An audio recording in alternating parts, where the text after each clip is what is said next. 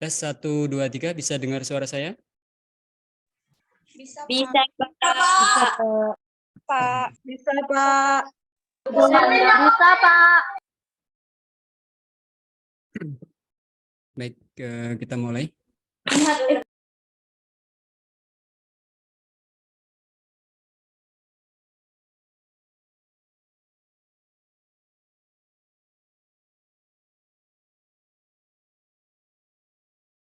Apakah sudah tampil di layar, teman-teman? Sudah, Pak.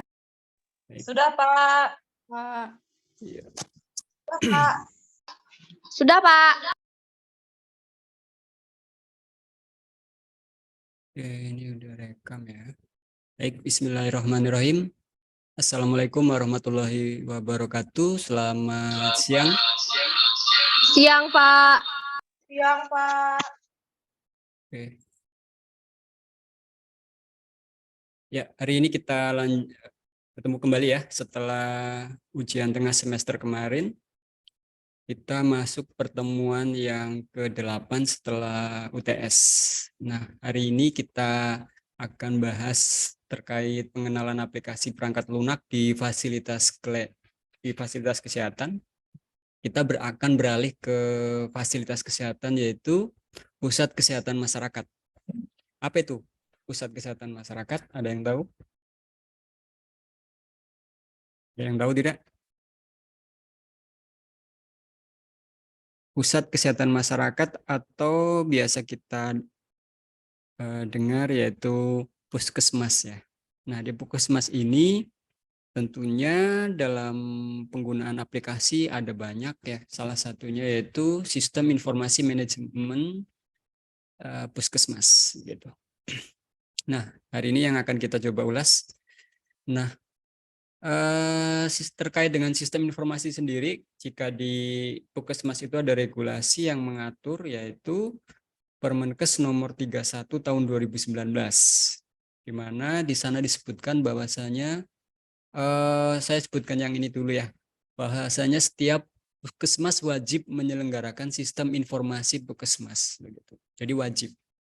Makanya nanti teman-teman jika berkesempatan praktek kerja lapangan di puskesmas atau bahkan suatu saat bekerja di sana, tentunya akan berkenalan atau memakai yaitu yang namanya SIMPUS, di mana pengertiannya yaitu sistem informasi puskesmas adalah suatu tatanan yang menyediakan informasi untuk membantu proses pengambilan keputusan. Nah, itu digarisbawahi, mengambil keputusan, decision making, atau pendukung pembuat keputusan ya.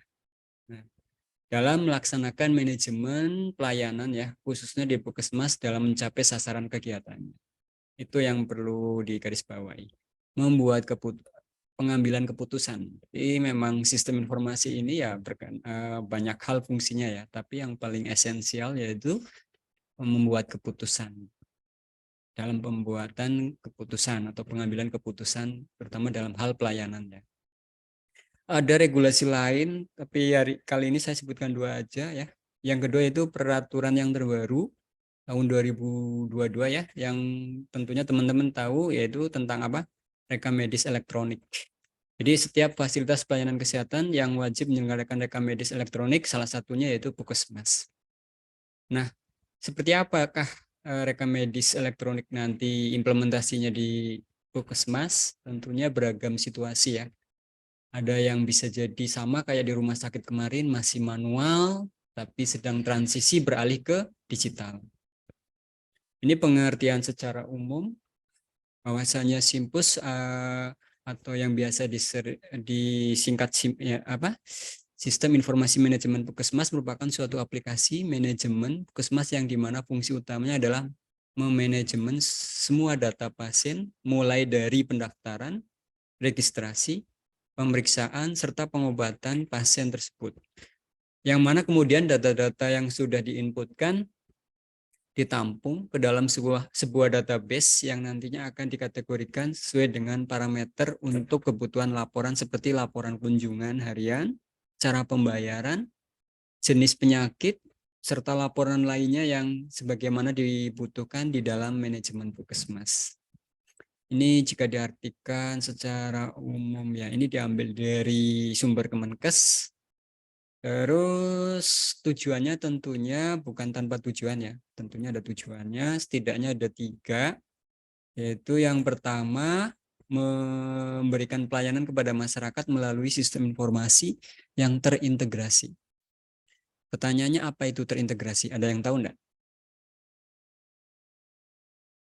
Ada yang tahu nggak terintegrasi?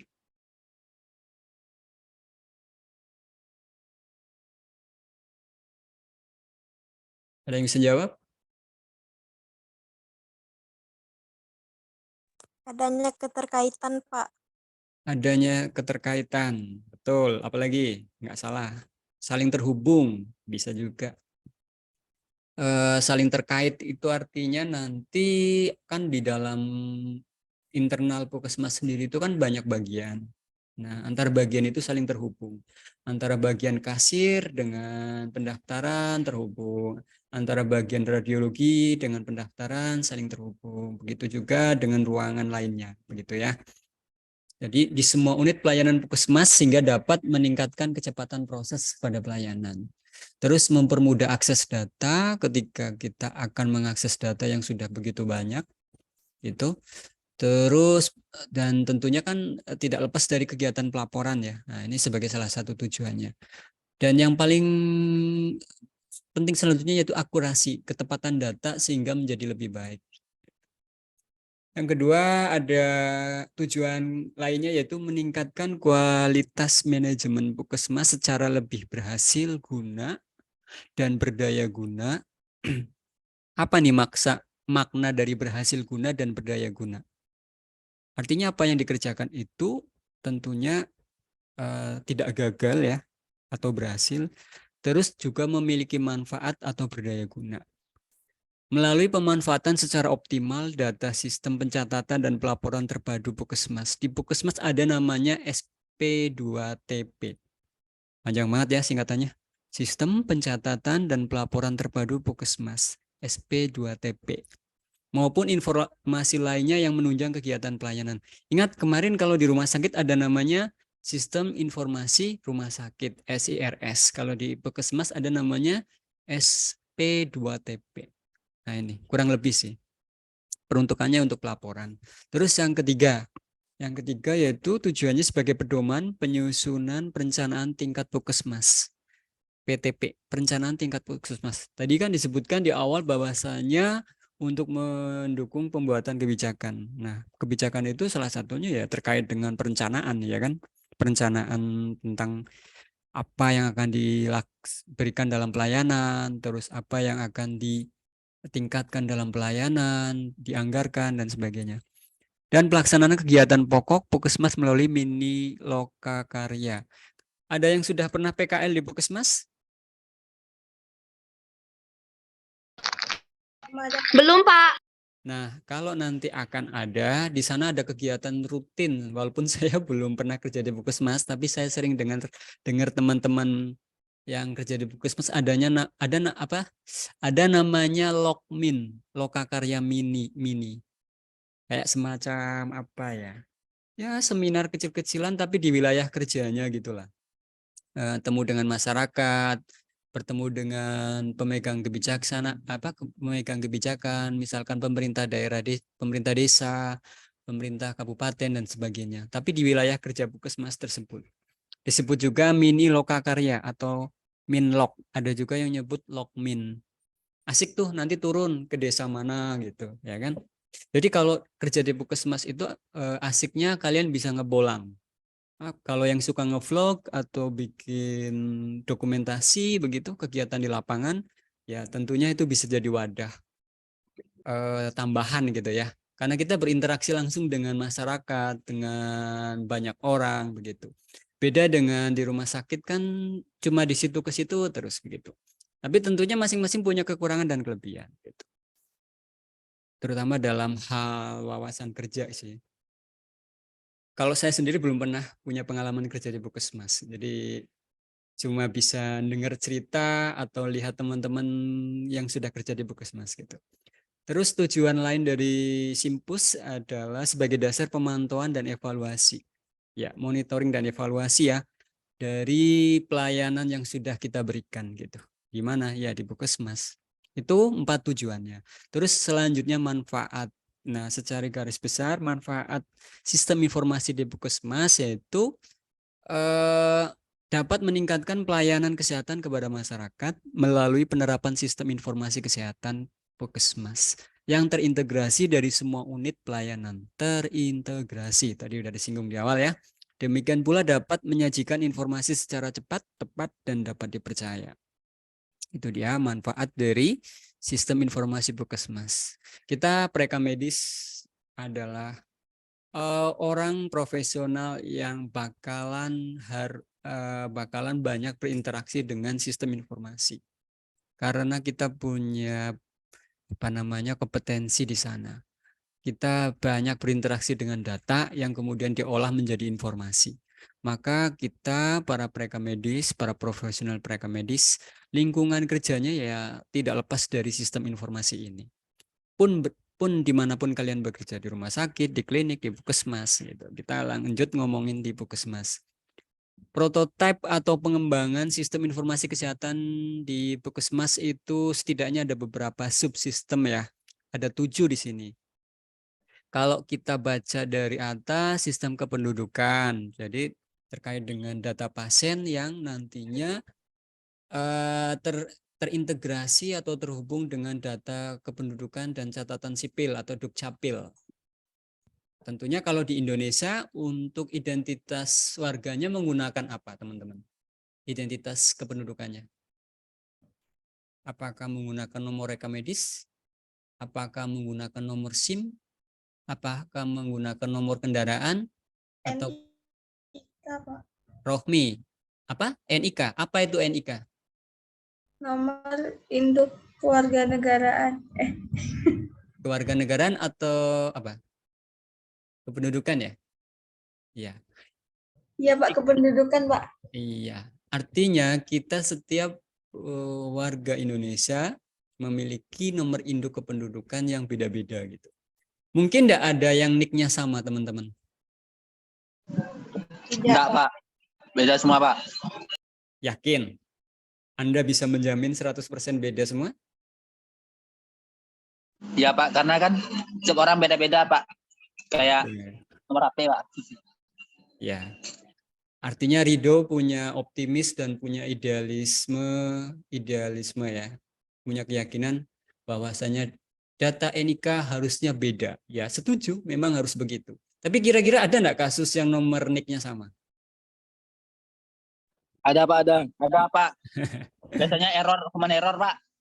Ya, artinya tetap masih ada celah ya. Penyebabnya ya karena human error atau orang mati tapi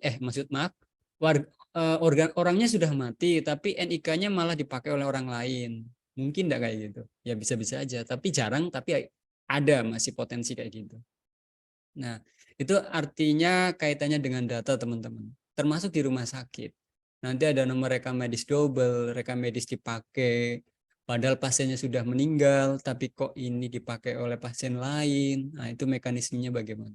Begitu juga di kependudukan. Nah, nanti kalau misalkan nomor induk pasien ini jadi satu data di Indonesia, nanti kan ada namanya konsep Satu Sehat, teman-teman. Satu Sehat itu adalah platform layanan kesehatan yang saling terbridging atau terhubung dengan semua sistem informasi kesehatan, teman-teman.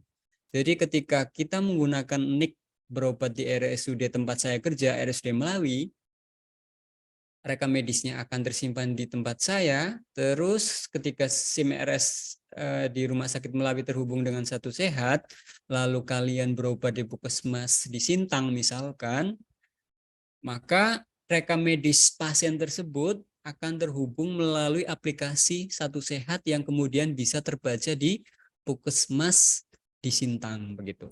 Nah, itu konsep penjelasan sederhananya dari konsep Satu Sehat. Gitu ya. Terbridging. Nah, ini istilah konsep ini juga dikaitkan dengan interoperabilitas, yaitu memungkinkannya antar aplikasi itu saling bertukar data gitu. Jadi soal ujian untuk absen itu jawabannya interoperabilitas ya. Itu. Kembali ke prototype. Prototype itu apa sih? Prototipe itu yang masih dasar produk yang baru dibuat itu Pak. Rancangan, ya bisa. Rancangan Pak. Rancangan sistem informasi kesehatan. Nah, setidaknya ada 7 sub nih, kependudukan, yang kedua ketenagaan. Nah, kalau ketenagaan berarti kalian nanti nih, kita nih, para profesional prekem medis termasuk datanya akan disimpan di sistem ketenagaan. Begitu juga tenaga kesehatan lainnya. Terus sistem sarana dan prasarana. Itu juga bagian dari sistem informasi kesehatan di Puskesmas. Sarana dan prasarana, apa bedanya sarana dan prasarana? Ada yang tahu enggak? Apa itu sarana? Sarana itu tempatnya. Kalau para prasarana itu sebelum tempatnya kan ada pra gitu Pak. Iya sih bisa ngomong ngartikan begitu, tapi konkretnya sih gini teman-teman. Kalau sarana itu lebih ke fisik. Fisik itu ya kalau alat radiologi ya alat radiologi, kalau alat lab ya alat lab, kalau ruang tunggu ya ruang tunggu. Kalau prasarana itu yang menyertainya, berarti SPO, regulasi itu prasarana, kebijakan, terus sistem alur gitu ya, prasarana yang mendukung sarana dan prasarana, maka digabungkan dua hal itu. Itu contoh konkretnya. Kalau sarana contohnya alat lab. Kalau prasarana contohnya standar prosedur operasional atau standar operasional prosedur SOP. Bentuk contohnya gitu. Nah, terus sistem keuangan jelas ya, tentunya karena walaupun di pelayanan kesehatan itu nirlaba, bukan bisnis mencari untung. Pertanyaan bagus nih. Kira-kira pelayanan kesehatan itu bisnis mencari untung atau tidak mencari untung? Ada yang bisa jawab? Ayo. Kalau menurut pribadi kalian, sudut pandang kalian gini, rumah sakit itu mencari untung atau enggak? Mencari Pak. Mencari untung. Cari untung ya. Ya Pak. Ada yang beda nih? Ada yang beda? Aktur kayaknya Pak.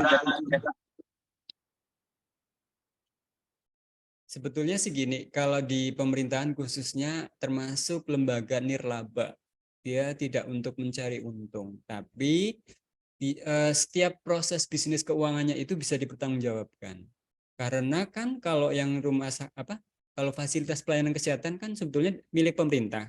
Itu kan harusnya dari negara dari negara untuk rakyatnya gitu ya. Dari rakyat untuk rakyatnya, dari pajak terus digunakan untuk pelayanan publik kembali ke masyarakat. Dari masyarakat untuk masyarakat. Itu kalau di pemerintahan. Tapi beda dengan swasta, orientasinya ya tentu untung bisa disebut begitu ya. Jadi bisa disebut juga bisnis. Tapi bisnis yang tetap diatur sih. Maksudnya gini, nggak boleh terlalu membisniskan banget gitu. Karena dia kan bukan bisnis ya. Pelayanan yang terkait dengan nyawa orang begitu. Aturannya, walaupun teman-teman atau kita bisa jadi melihat di lapangan tendensinya itu cuma cari untung gitu ya, itu nggak dipungkirin memang bisa jadi terlihat seperti itu gitu kan terkait dengan pelayanan kesehatan. Tapi secara regulasi kalau di pemerintahan itu khususnya di pelayanan kesehatan rumah sakit puskesmas itu dia lebih ke pelayanan publik. Jadi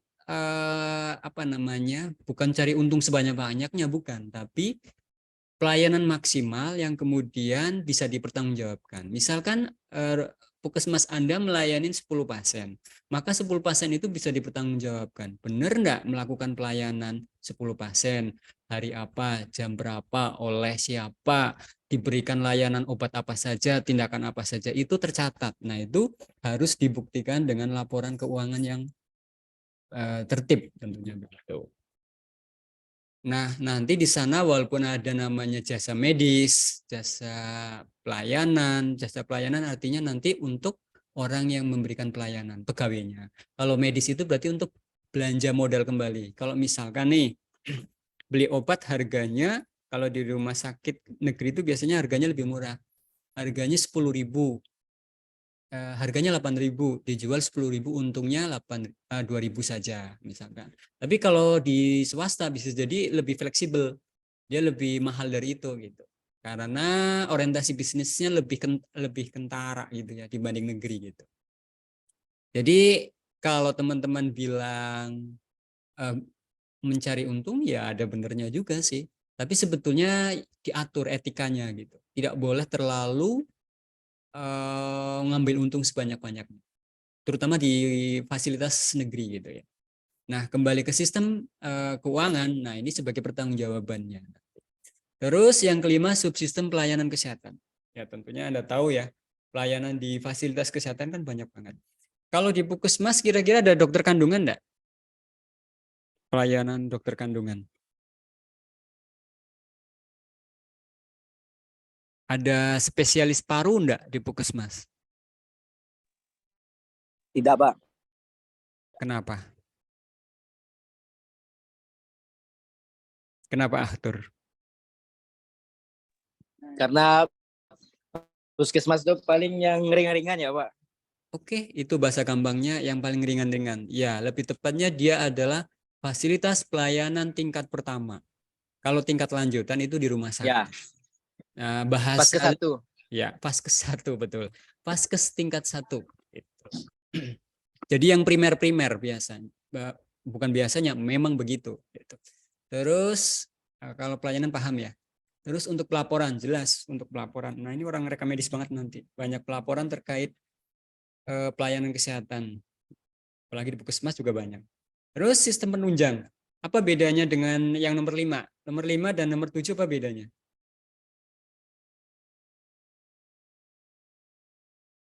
Kalau penunjang itu contohnya kayak laboratorium. Kenapa laboratorium disebut penunjang? Ada yang bisa jawab? Contoh lainnya, Les. Karena Apa, mungkin Andri? ada sarana dan prasarana kayaknya, Pak. Ada sih hubungannya, tapi ada yang bisa nambahin dari Andri? Ya, karena nanti terkait dengan sarana prasarana, berarti perangkatnya, alatnya, device-nya, ya kan? Jadi penunjang ini sifatnya adalah melengkapi dari pelayanan utamanya. Kalau pelayanan utamanya kan memeriksa, mengobservasi, ya kan? Nah, itu dalam prosesnya, dalam menegakkan diagnosa misalkan, itu kan perlu tindakan tambahan untuk menguatkan, untuk meyakinkan dokter, oh ini karena tipes, oh ini karena paru-paru. Jadi untuk menegakkan diagnosis itu perlu tindakan penguat, pemeriksaan lab, pemeriksaan radiologi, ya kan, pemeriksaan darah dan sebagainya. Jadi penunjang ini menyertai pelayanan. Lanjut.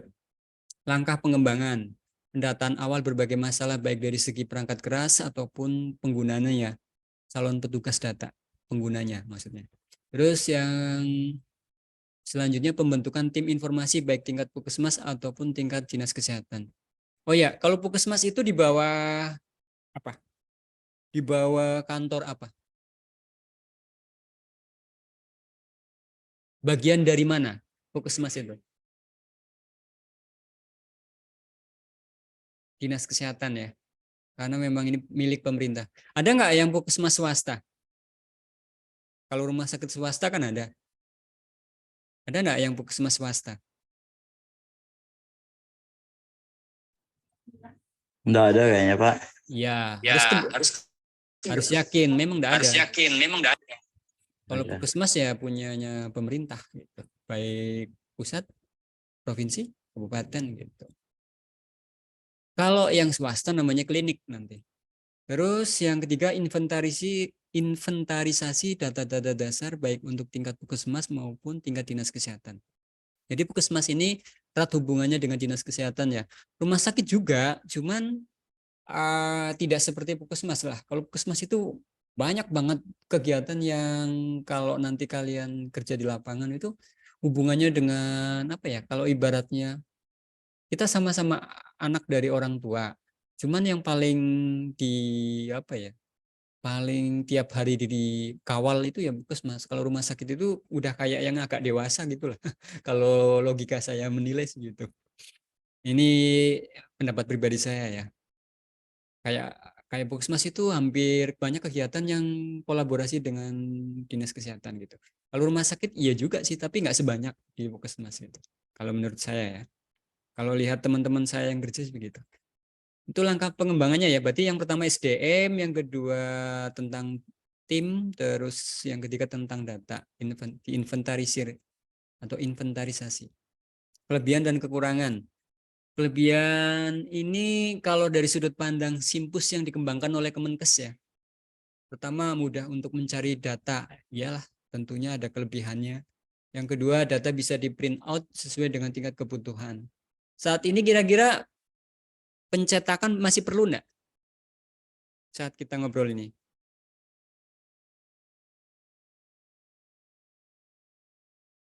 Ngeprint masih penting enggak? Ngeprint di pelayanan masih penting enggak? Penting, Pak. Oke. Ada yang bisa nyanggah?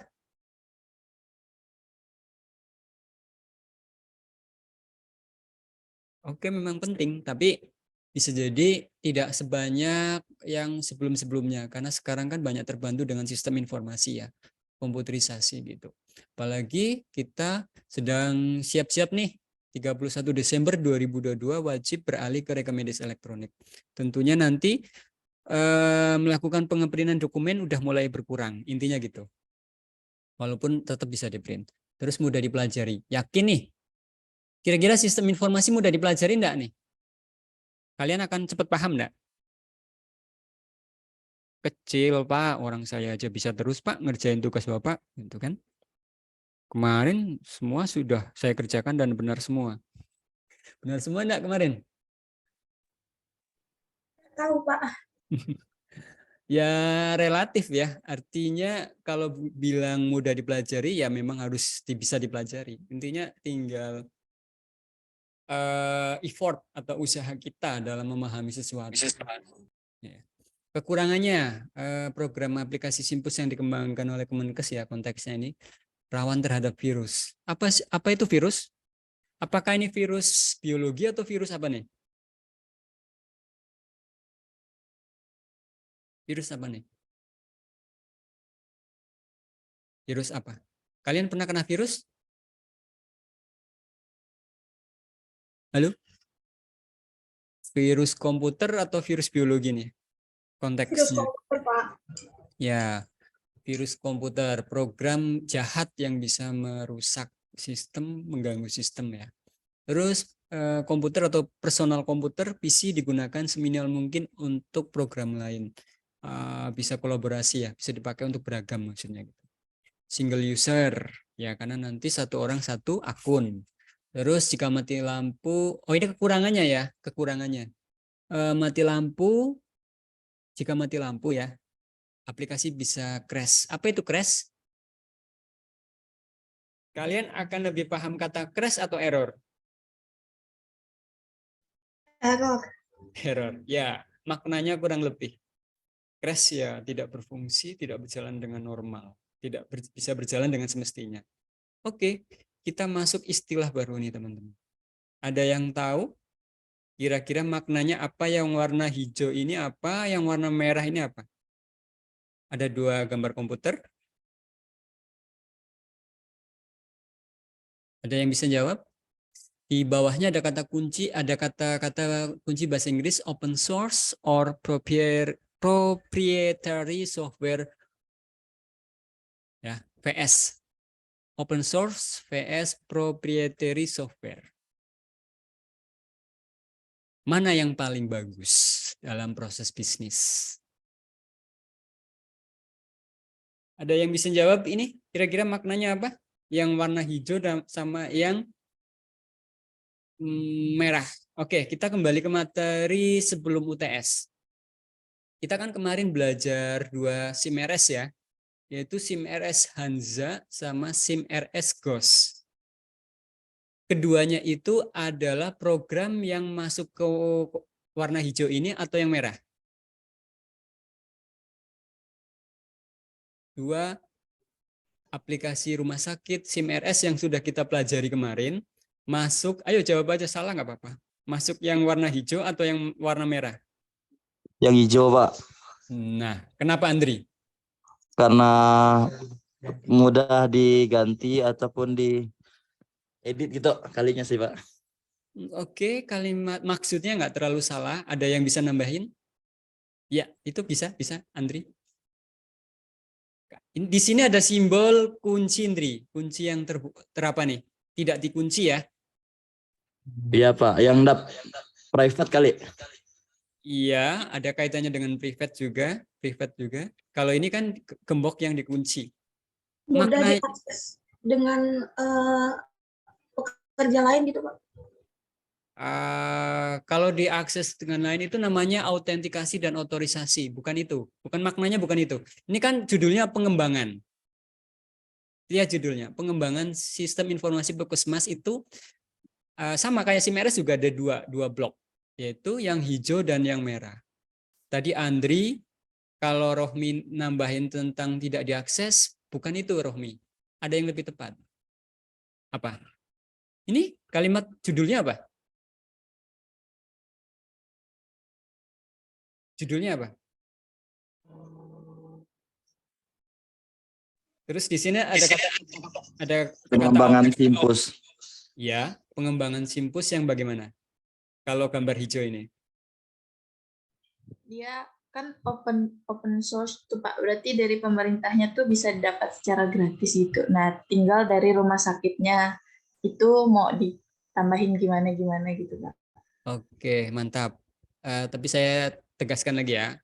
Jawaban teman-teman nggak salah. Jadi intinya gini, dalam pengembangan aplikasi Simpus maupun SIM-RS itu ada namanya pengembangan secara open source ataupun close source. Open, close. Open terbuka, close tertutup. Atau bahasa lainnya proprietary software. Ini namanya close software. Close source, sumber yang tertutup. Artinya si pengembangnya, si pembuatnya itu merahasiakan dalam programming pembuatan softwarenya. Kalau dia close source atau nama lainnya proprietary software. Ditulis nih teman-teman. Nanti saya keluarkan di UAS, kalian jadi ingat. Jadi lawannya dari open source itu adalah proprietary software. Kalau dianalogikan adalah kalau yang open source ini artinya softwarenya itu bisa dimodifikasi, bisa dikembangkan ulang, bisa diedit lah bahasa gampangnya dalam menggunakannya. Sedangkan kalau yang closed source atau proprietary software ini dia aplikasinya ya hanya si pembuatnya aja yang tahu. Kita nggak bisa modifikasi, kita nggak bisa ngedit begitu. Nah, kalau yang proprietary software ini bukan biasanya, memang wajib beli ke penjualnya, pembuatnya. Ya penjualnya juga bisa sih. Kalau yang open source ini biasanya dibuat oleh komunitas. Nah, open source ini diadopsi oleh pemerintah dalam mengembangkan Simpus, teman-teman. Jadi ada namanya SIKDA nanti setelah ini. Sistem Informasi Kesehatan Daerah di mana di dalamnya ada submenu Simpus. Ya. Pengembangannya menggunakan konsep open source atau sumber terbuka. Jadi teman-teman seumpama di tempat kerja kita ada programming atau orang ahli komputer atau lulusan informatika atau sistem informasi, maka dia memungkinkan untuk mengedit, mengembangkan ulang sesuai kebutuhan di tempat fasilitas kesehatan kita masing-masing. Bisa dipahami penjelasan saya dua hal ini?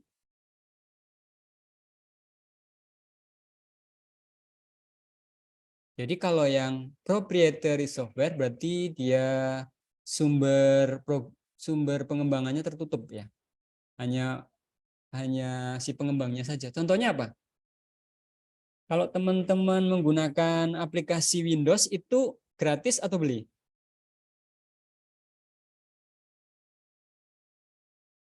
Halo? Halo? Halo, bisa dengar suaranya?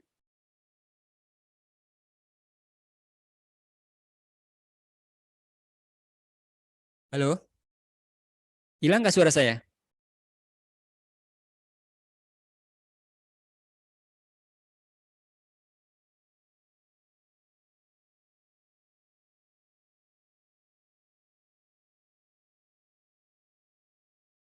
Halo? Iya, Pak. Ya, Pak. Tadi suara saya kedengeran nggak? Kedengaran, Dengar Pak. terus tempat saya, Pak. Jadi kalau kita menggunakan Windows itu termasuk yang open source atau yang proprietary source, proprietary software atau close. Saya tulis di kolom chat ya. Open source. Gratis. Windows-nya gratis ya? Windows itu gratis ya? Nggak tahu, Pak. Nggak tahu. Ada yang tahu? Kayaknya gratis. Gratis, Pak. Wah, biasa pakai bajakan nih kalau bilangnya gratis. Dijual itu. Windows itu dijual. Kalau gratis itu karena kita biasa pakai bajakan. Windows itu dijual. Jadi kalau mau berkah ya beli. Misalkan beli laptop langsung ada Windows-nya, itu biasanya sudah paket. Tapi yang asli, kalau asli itu ada lisensinya. Ada hologramnya biasanya. Terus kalau open source, Windows itu berbayar ya. Kalau besok keluar soal kayak gitu Anda masih jawab gratis, artinya tidak menyimak kuliah hari ini. Atau wawasan kalian perlu ditambah lagi. Open source sumber terbuka. Terbuka. Saya ketikkan di kolom chat. Nah, kalau yang simpus oleh pemerintah nanti yang akan selanjutnya setelah ini kita pelajari itu yang open source ya. Oke, lanjut. Nah, ini yang open source dikembangkan oleh pemerintah, versinya terakhir itu versi 2 ya. Nanti beberapa data bisa jadi versi 1.4 yang versi lama sih. Sistem Informasi Kesehatan Daerah, di mana di dalamnya ada modul namanya Simpus. Sistem Informasi Manajemen Puskesmas. Nah, ini SIKDA. SIKDA adalah upaya dari Kementerian Kesehatan dalam menerapkan standarisasi sistem informasi kesehatan sehingga dapat tersedia data dan informasi kesehatan yang akurat, tepat, dan cepat dalam pengambilan kebijakan di bidang kesehatan di wilayah kabupaten kota, provinsi, dan Kementerian Kesehatan dengan mendayagunakan teknologi informasi kesehatan atau TIK. Ini pengertian SIKDA ya. Di sini ada kata-kata generik. Ada yang bisa jawab nggak? Pernah dengar kata obat generik?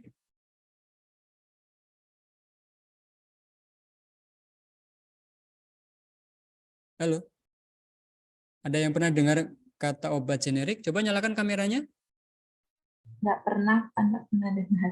Pernah minum obat generik? Tidak, Belum Pak. pernah, Pak. Nggak pernah. Izinnya Pak tidak pakai baju dinas. Nggak apa-apa. Ini kalau kalian jawab belum pernah, sebetulnya bisa jadi karena kalian nggak paham. Sebetulnya obat generik ini banyak dipakai di puskesmas, di rumah sakit. Itu harganya biasanya lebih terjangkau. Terus dia kemasannya itu yang pakai plastik biasa itu. Paham? Nah, itu yang obat-obat apa namanya? Yang tanpa kemasan gitu. Itu biasanya generik. Atau yang apa ya? Masih belum di sama sih kandungan obatnya sama, tapi dia ini belum di brand ya, dikasih merek. Jadi masih dasar bisa dibilang begitu. Kalau merek obat kan banyak tuh, merek perusahaan tertentu. Nah, kalau generik ini yang masih dasar gitu. Nah, begitu juga dengan sistem informasi kesehatan daerah generik ini adalah aplikasi yang masih dasar yang bisa dikembangkan. Tadi kan ada konsep open source kan, nah ini bisa dikembangkan. Aplikasi ini digunakan secara gratis ya karena generik.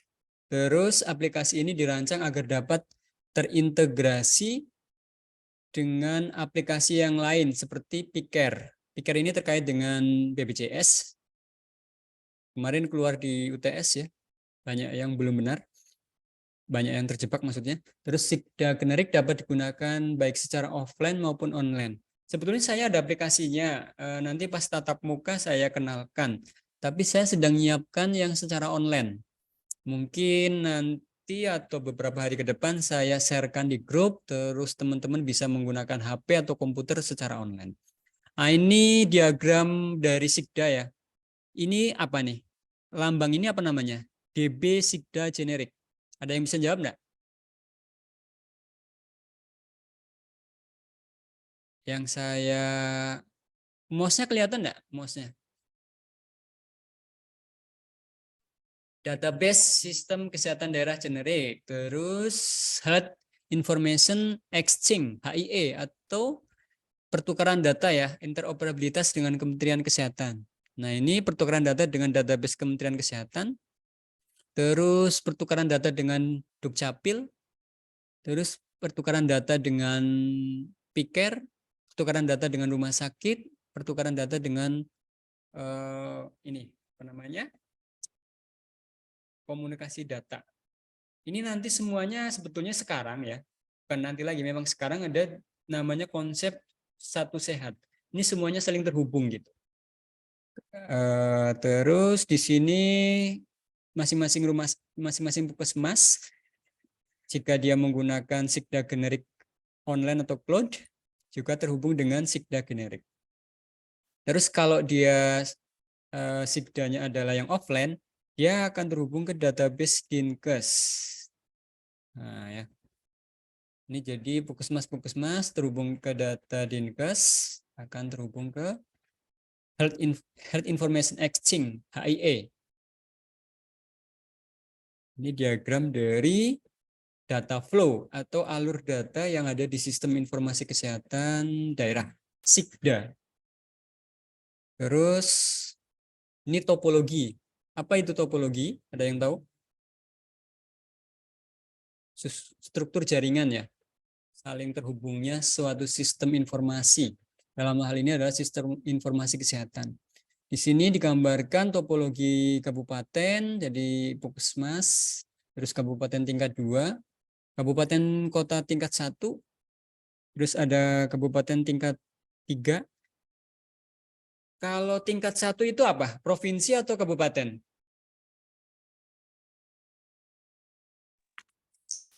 Kabupaten. Ini kalimatnya kayaknya kurang beres deh ya. Kabupaten kota 1, kabupaten kota 2. Ini dari Kemenkes sih sumbernya. Kalau tingkat 1 itu provinsi, kalau tingkat 2 itu kabupaten, kalau tingkat 3 itu kecamatan harusnya kan?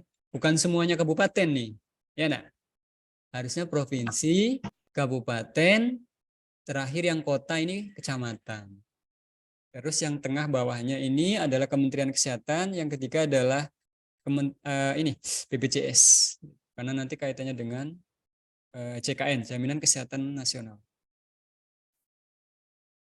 Oke, ini koreksi ya. Terus lanjut. Nah, interoperabilitas. Apa itu interoperabilitas? Ada yang tahu?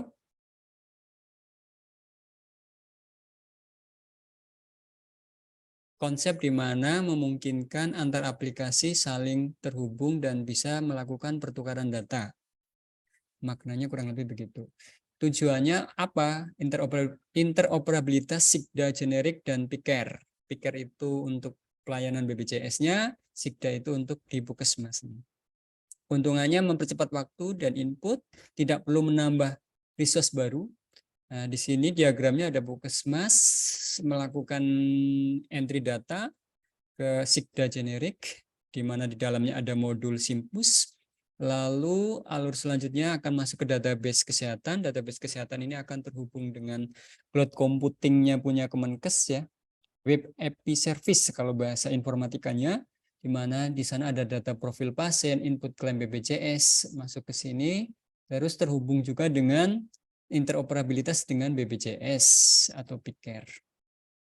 Terus di sini untuk Sigda generiknya termuat atau termaktub di dalamnya berisi tentang anamnesa maksudnya, kayak di SIMRS juga.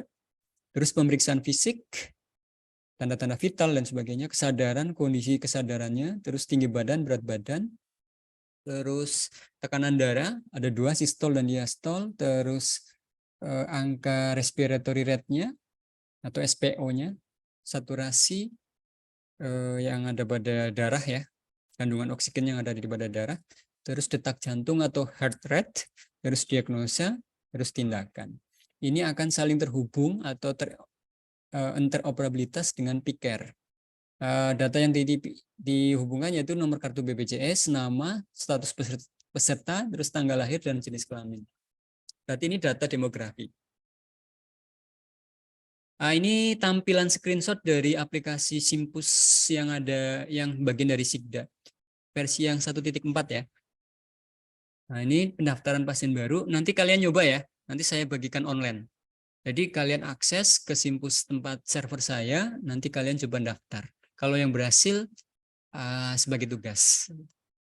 Bisa membantu untuk nilai-nilai yang jeblok. Kalau kalian mencoba latihan, setiap tugas yang saya kasihkan kerjakan, itu bisa bantu untuk nilai yang kurang maksimal di UTS kemarin.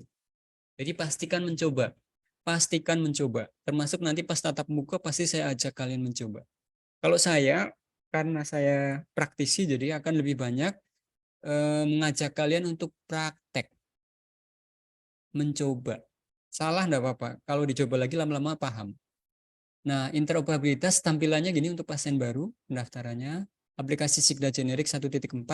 Kalau yang versi online itu jadi terhubung dengan servernya Kemenkes ya. Yang nanti saya coba itu yang versi offline tapi saya online kan.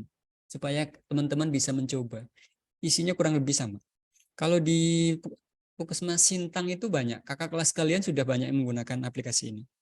Pendaftaran pasien peserta BPJS melalui aplikasi Sigda Generik 1.4 dengan fasilitas pencarian bridging ke aplikasi PICARE BPJS. Cuma nanti yang punya saya bagikan itu belum bridging ya, tapi setidaknya gambarannya ada gitu.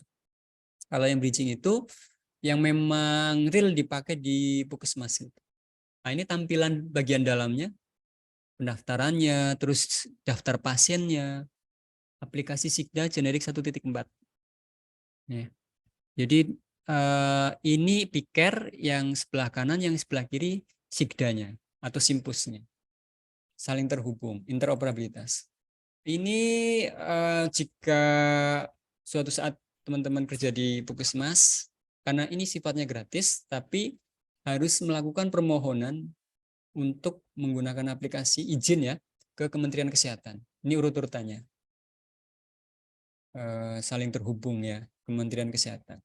Ini sih tidak harus banyak dipahami banget lah, ini karena cuma kayak apa ya, alur jika kerja di Puskesmas, cara meminta permohonan aplikasi Sigdanya bagaimana gitu. Kementerian Kesehatan. Tentunya ya kita berkirim surat, karena itu kan gratis. Nah, ini tampilannya teman-teman. Kalau nanti saya bagikan kurang lebih kayak gini, username dan passwordnya nanti saya kasih. Oke. Nah, ini yang akan kita tambahkan, yaitu standar sistem Sigda Generik, upaya dari Kementerian Kesehatan dalam menerapkan standarisasi sistem informasi kesehatan sehingga dapat tersedia data dan informasi yang akurat, tepat, dan cepat dalam pengambilan kebijakan di bidang kesehatan. Ini terkait dengan standar sistem ya, baik di kabupaten kota, provinsi, dan Kementerian Kesehatan dengan mendayagunakan teknologi informasi. Ini pengertian yang ada di regulasi tadi. Terus pengembangan yang terbaru ada menggunakan komputasi awan, materi kuliah saya yang kelima ya, cloud computing. Jadi nanti kita nggak punya server di tempat kita, tapi berada di Kemenkes atau di suatu tempat yang bisa juga disebut server virtual gitu ya, sebagai upaya inovasi dari Kementerian Kesehatan dalam menerapkan standarisasi sistem informasi kesehatan. Dia menggunakan sistem online atau sistem komputasi awan, cloud. Terus bridging system tadi contohnya saling terhubung dengan aplikasi PICARE yang ada dimiliki oleh BPJS. Aplikasi ini dirancang agar dapat berinteroperabilitas, pertukaran data ya, dan saling terhubung atau terintegrasi dengan aplikasi lain seperti terintegrasi dengan aplikasi PICARE, BPJS, dan Dukcapil. Dashboard ini sebagai papan informasi yang interaktif. Oke, selesai dan terima kasih. Kita sesi penutupan, nyalakan kameranya semua. Ini kenapa cuma 27 orang? Yang tidak muncul hari ini Gabung. saya ya. Oh, yang gabung siapa? Yang gabung siapa aja? Atur berdua sama saya Pak. HP dia dicas Pak. Oke, yang gabung coba komen di kolom. Biar saya tahu. Takutnya saya hanya mendasarkan pada kamera, ternyata gabung. Ini kan Baik. ini kan saya rekam nih, jadi teman-teman kerekam mukanya kalau nyalain kamera. Kalau nggak ngomong kan saya nggak tahu. Untuk yang masih merasa belum setor UTS praktek, saya kan udah janji ke teman-teman itu fleksibel. Segera susulkan ya untuk membantu nilai yang pilihan ganda yang belum bagus. Bagi yang merasa belum, ingatin segera. Kan kalian punya tim, saling bantu nggak apa-apa. Karena kan memang prakteknya itu bareng-bareng gitu. Boleh silakan. Francisca, Rati, Lucia, Yesa satu kamera. Yang lain mana nih yang bareng-bareng? Biar saya paham. Terus Siska, Helmi, Yulisa nih ada orangnya enggak nih? Ada orangnya enggak tuh? Oke, saya dokumentasi ya. Yang pertama screenshot 1, 2, 3. Oke, 2 kali kesempatan. 1, 2, 3. Oke, yang slide kedua. Oh, di slide kedua sama ya orang-orangnya? Pak, mohon izin ya Pak, tidak bisa menyalakan kameranya. Oke, siap Rizka. 1, 2, 3. 2 kali kesempatan. Semoga bagus. 1, 2, 3. Baik, terima kasih. Untuk sesi hari ini saya pikir cukup. Masih ada yang merasa nggak puas dengan nilai kemarin? Mau dibagikan enggak nih? Kan Mau, udah. Pak. Loh, Mau Pak. Ih, mau. Nanti kalau nilainya kurang maksimal, saya bantunya dari tugas-tugas yang itu ya. Jadi kalau ada tugas pasti kerjakan, itu bisa membantu. Terus Baik, Pak. nilainya itu sebetulnya masuk ke email kan? Kalian nggak ngecek email kalian nggak?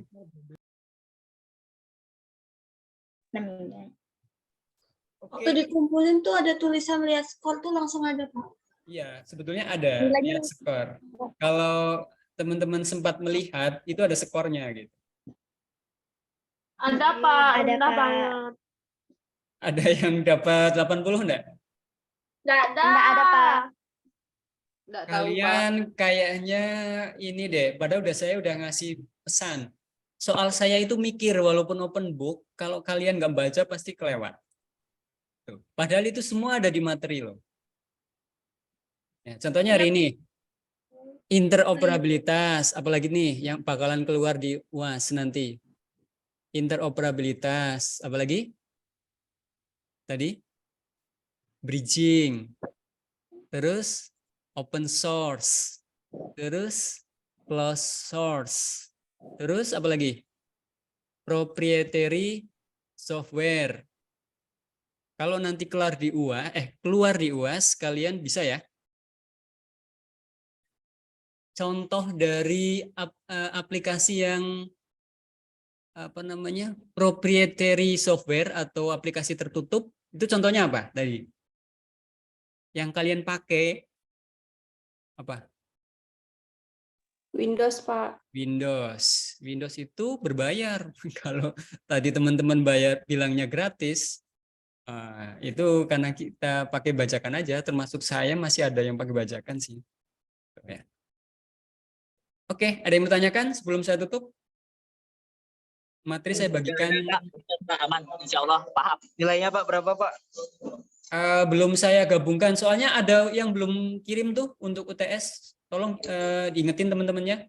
Aduh, hai teman-teman, ayolah teman-teman. Teman, ayolah. Baru ada 45. Itu dikurangin yang double. Yang double kan ada. Siapa yang mau joki? Kalian kan tim, bukan joki ya, tapi kerjasama. Karena itu kan praktek bareng tuh kelompok. Ngapain kalian joki-jokian, kan memang tim. Itulah Pak, aneh Pak, mereka joget Pak. Berarti timnya nggak jalan kalau nggak bisa ini, harus saling sharing. Kami jalan Pak, ada kelompoknya. Ya, itu bagus gitu. Sip. Bagus, Pak. Baik, hari ini saya pikir sudah. Terima kasih atas perhatiannya semua. Semoga apa yang saya sampaikan bermanfaat dan teman-teman bisa menambah wawasan. Kurang lebih dari saya mohon maaf. Saya tutup. Assalamualaikum warahmatullahi wabarakatuh. Selamat siang. Selamat siang. Siang, Pak. Siang, Pak. Terima kasih. Terima kasih. Terima kasih Pak.